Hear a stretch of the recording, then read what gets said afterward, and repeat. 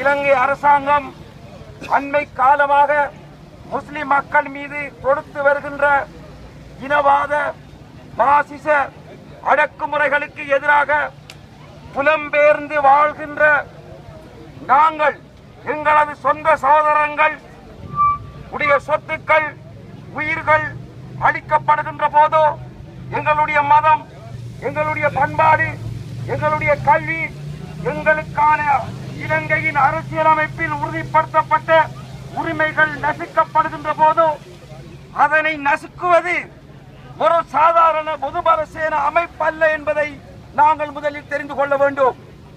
இந்த பொதுபல சேனா அமைப்பை யார் ஊட்டி வளர்த்து போஷித்து வருகின்றார்கள் என்பது இந்த உலகம் முழுவதற்கும் தெரிந்த உண்மை.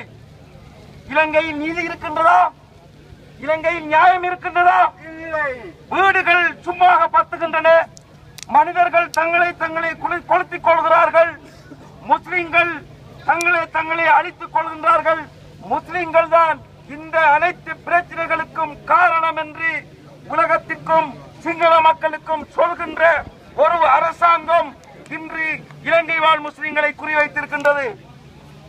இந்த அரசியல் சித்தாந்தம், இந்த அரசியல் போக்கு ஒரு சாதாரணமான விடயம் இல்லை. அன்பார்ந்த சகோதரர்களே, நீங்கள் இங்கு கூடியிருக்கின்றீர்கள். புலம்பெயர் நாடுகளில் நாங்கள் வாழ்கின்றோம். இந்த நாடுகளில் ஜனநாயகம் மனித உரிமைகள் இருக்கின்றது. ஆனால் இலங்கையில் நமது அரசியல் தலைவர்களால் போராட முடியுமா? நமது அரசியல் தலைவர்கள் அனைத்தும் அதிகாரத்திற்காக வேண்டி இந்த ஆளும் குடும்பத்தில் சேர்ந்து கொண்டிருக்கின்றது. சொந்த மக்கள் போராட முடியுமா? உங்களுக்கு தெரியும், கடந்த வாரம் இலங்கை தழுவிய ஒரு ஆர்ப்பாட்டம் நடைபெற்றது. முஸ்லிம் உரிமைகளுக்கான அமைப்பு என்ற அந்த அமைப்பு அந்த ஆர்ப்பாட்டத்தை செய்தது. அந்த ஆர்ப்பாட்டத்தை செய்த சகோதரர்களை பயங்கரவாத தடுப்பு சட்டத்தின் கீழ் இலங்கை அரசாங்கம் பிடித்து போட்டிருக்கின்றது. முஸ்லிம்களுக்கு அங்கு வியாபாரம் செய்ய முடியுமா? முஸ்லிம்கள் தங்களது மத கலாச்சார பண்பாட்டு உரிமைகளை பாதுகாக்க முடியுமா? அரசு துறைகளில் முஸ்லிம்களுக்கான இடம் என்ன?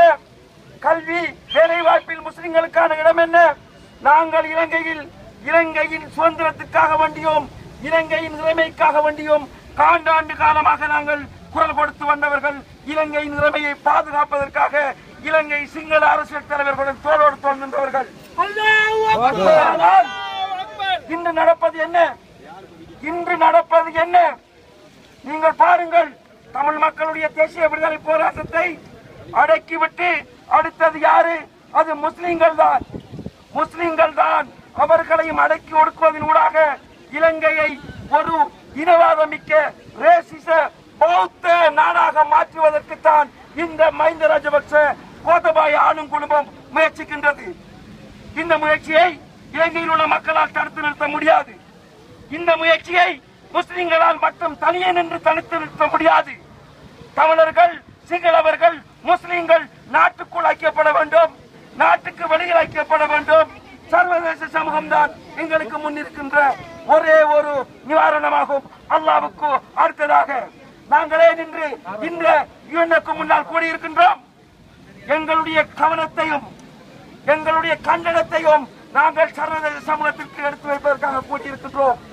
எங்களுக்கு ஆட்களுடைய எண்ணிக்கைகள் முக்கியமல்ல. இந்த நிகழ்வு சுவிஸ்வால் சகோதரர்களால் நடத்தப்படுவதற்காக வேண்டித்தான் நாங்களும் பல்வேறு நாடுகளில் இருந்து வந்து எங்களது ஒருமைப்பாட்டையும் ஆதரவையும் இங்கு தெரிவித்திருக்கின்றோம்.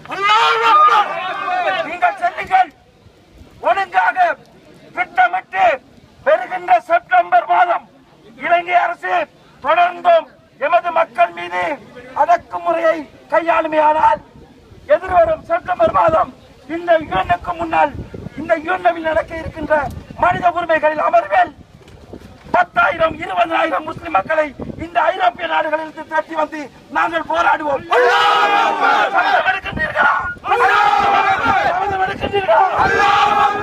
நாங்கள் இலங்கை அரசுக்கு மிக தெளிவான ஒரு செய்தியை சொல்கின்றோம். இலங்கை முஸ்லிம்கள் அவர்கள் நினைப்பது போல் ஒரு கிள்ளுக்கீரைகள் அல்ல. நாங்கள் நாட்டுக்குள்ளும் ஜனநாயகத்துக்காக போராடுவோம், எங்களுடைய உரிமைகளுக்காக போராடுவோம். இந்த சர்வதேச சமூகத்திற்கு முன்போம் எங்கும் எப்போதும் ஜனநாயக ரீதியாக அகிம்சை ரீதியாக எங்களது உடல் பொருள் ஆவி அனைத்தையும் அர்ப்பணித்து நாங்கள் போராடுவோம். அந்த போராட்டத்தின் முதல் ஒரு செய்திதான் இந்த சர்வதேச நிறுவனத்துக்கு முன்னால் நாங்கள் நடத்துகின்ற இந்த தொடக்க பேரணியாகும். அன்பார்ந்த சோதரர்களே, புலம்பெயர்ந்து வாழ்கின்றன, சகல வசதிகளுடன் வாழ்கின்றோம். அங்கு மக்கள் மிக மோசமாக அடக்கி ஒடுக்கி பாதிக்கப்படுகின்றார்கள். எங்களுக்கு என்ன இல்லை இங்கே? எங்களுக்கு என்ன இல்லை இங்கே? ஏன் நாங்கள் புலம்பெயர் சமூகம் இலங்கை முஸ்லிம்களுடைய ஒரு ஆன்மாவாக, ஒரு சதையாக குர்ஆனில் ஹதீஸில் இருக்கின்றது. ஒரு சகோதரனின் உடலில் ஒரு காயம் பட்டால் அவனுடைய முழு உடம்பும் துடைக்க வேண்டும் என்று. நாங்கள் ஒரு உம்மா, நாங்கள் ஒரு சமூகம் என்ற அடிப்படையில் எங்களுக்கு ஊர் வேறுபாடுகள் இல்லை, பிரதேச வேறுபாடுகள் இல்லை, அமைப்பு வேறுபாடுகள் இல்லை, குழுக்கள் வேறுபாடுகள் இல்லை, குலம் கோத்திரம் வேறுபாடுகள் இல்லை. ஆண்கள் பெண்கள் என அனைவரும் இணைந்து இன்ஷா அல்லாஹ் நாங்கள் தொடர்ந்து போராடுவோம் போராடுவோம் போராடுவோம். இந்த சர்வதேச சமூகத்தின் முன் நாங்கள் சொல்லுகின்றோம் mind down down, mind down down, mind down down, mind down down, Gotabaya